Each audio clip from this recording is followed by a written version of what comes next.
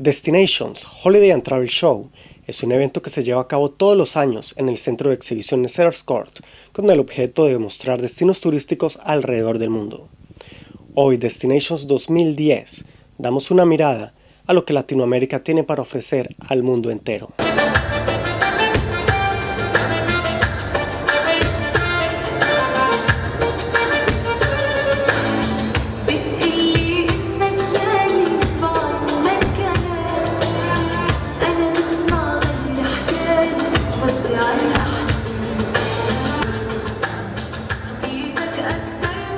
Una amplia variedad de países se reúne cada año en este lugar para ofrecer una muestra de su cultura y atraer visitantes. Y como contraste único y auténtico, ahí está Latinoamérica mostrando lo mejor de su cultura.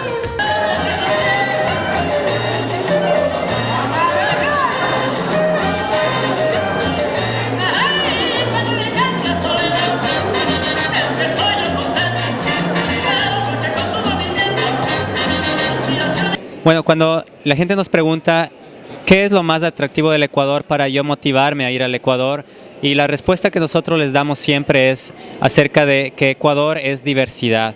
Es decir, que estamos en la mañana viendo colibríes en el bosque nublado de Mindo y en la tarde estamos visitando la mitad del mundo. Al siguiente día estamos visitando una familia indígena en Otavalo que nos muestra sobre toda la cultura indígena, la música, la comida típica, las plantas medicinales y en la tarde estamos visitando nosotros la laguna de Cuicocha, que es de origen volcánico. Asimismo podemos nosotros estar en la mañana visitando el volcán Cotopaxi y en la tarde visitando el mercado indígena de Saxilí. En Belice hablamos inglés, aunque estamos en Centroamérica. There's a diverse amount of culture in Belize, especially since we have the Garifuna, which are descents from Africa. We have the Mayans, we have the Europeans, the Americans, the Mennonites, which are the Amish.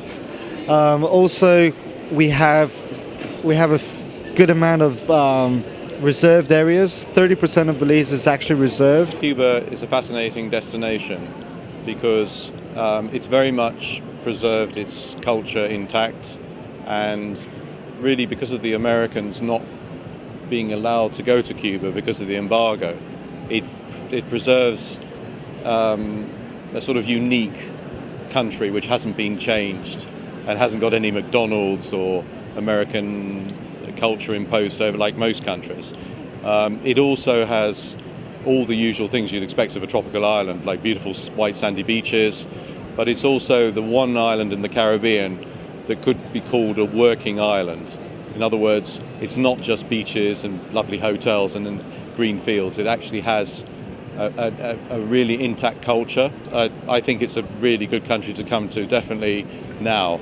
Don't leave it until the Americans go over.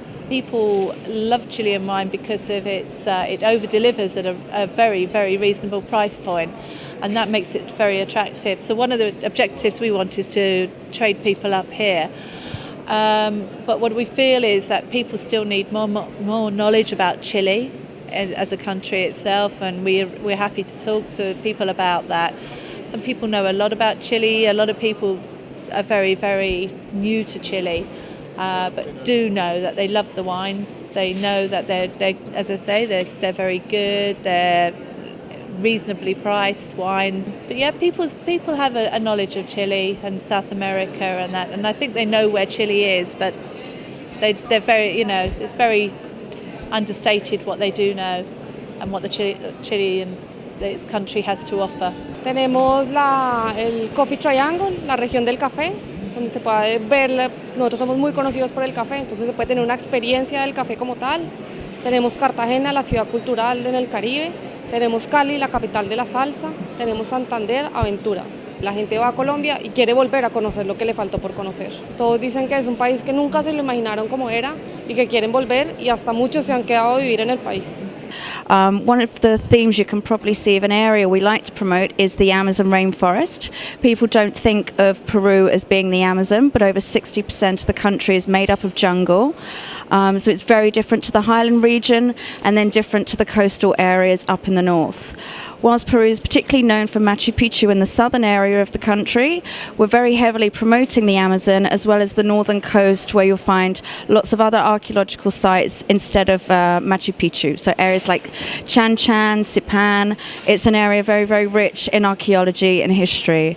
Gastronomy is another main feature for us, particularly in Lima. Lima is known as the gastronomic capital of Latin America. These are very exciting destinations, particularly for people who love nature and for scenery. And it's that aspect of things that we particularly like to promote. So we've got lots of very colourful photographs of the multicoloured birds, hummingbirds, toucans, trogons. As you can see, we do guides to Colombia, Chile, Guyana, Costa Rica, Panama. We have 2 new books coming later on in the year to Paraguay and Uruguay.